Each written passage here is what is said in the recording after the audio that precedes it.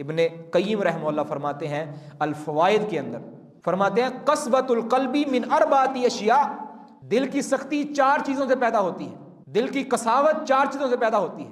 فَإِذَا تَجَاوَزَتْ عَلَى قَدْرِ الْحَاجَةِ، جب یہ 4 چیزیں ضرورت سے بڑھ کر استعمال کی جائیں تو پھر انسان کے دل کی زمین بنجر بن جاتی ہے۔ وہ 4 چیزیں کیا ہیں؟ العقل والنوم والکلام والمخالطہ۔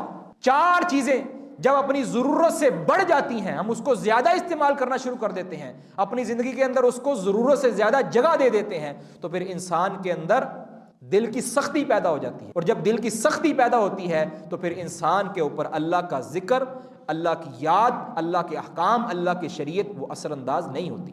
وہ 4 چیزیں کیا ہیں؟ سب سے زیادہ کھانا، ضرورت سے زیادہ کھانا انسان کو دل کی سختی کا باعث کی طرف لے جاتا ہے۔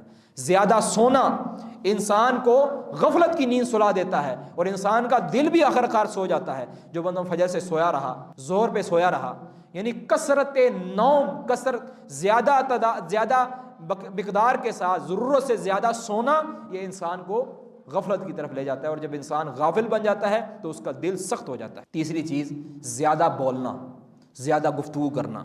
ہمارے ٹاک ہوتے ہیں، آؤ جی ہم بیٹھتے ہیں چوکوں پر، چوراہوں پر بیٹھتے ہیں، تجزیہ کرتے ہیں، کوئی اس نے یہ کر دیا، اس نے وہ کر دیا، اس نے یہ کر دیا، کوئی سیاسی تجزیہ ہے، کوئی دینی تجزیہ ہے۔ یہ زیادہ بولنے سے انسان کا دل سخت ہو جاتا ہے۔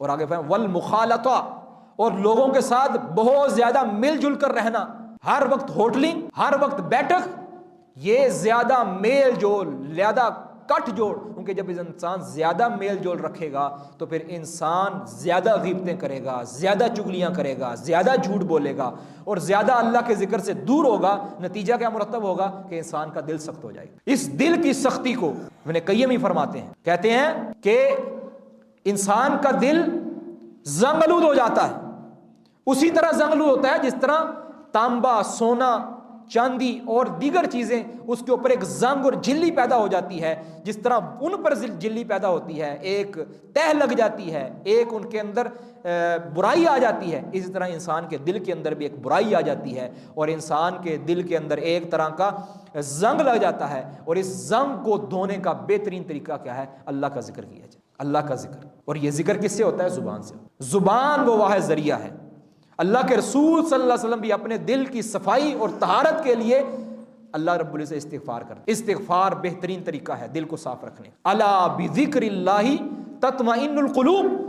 انسان اپنے دل کو پاک رکھنا چاہتا ہے، دل کو شاد باد رکھنا چاہتا ہے، دل کو زندہ اور تابندہ رکھنا چاہتا ہے، اپنے دل کو اطمینان اور سرور کا محور بنانا چاہتا ہے، اللہ کے ذکر کو لازم۔ یہ زبان کا اپنے دل کے ساتھ بڑا گہرا تعلق، بڑا گہرا رابطہ ہے، تو اس کو اللہ کے ذکر کو لازم پکڑنا۔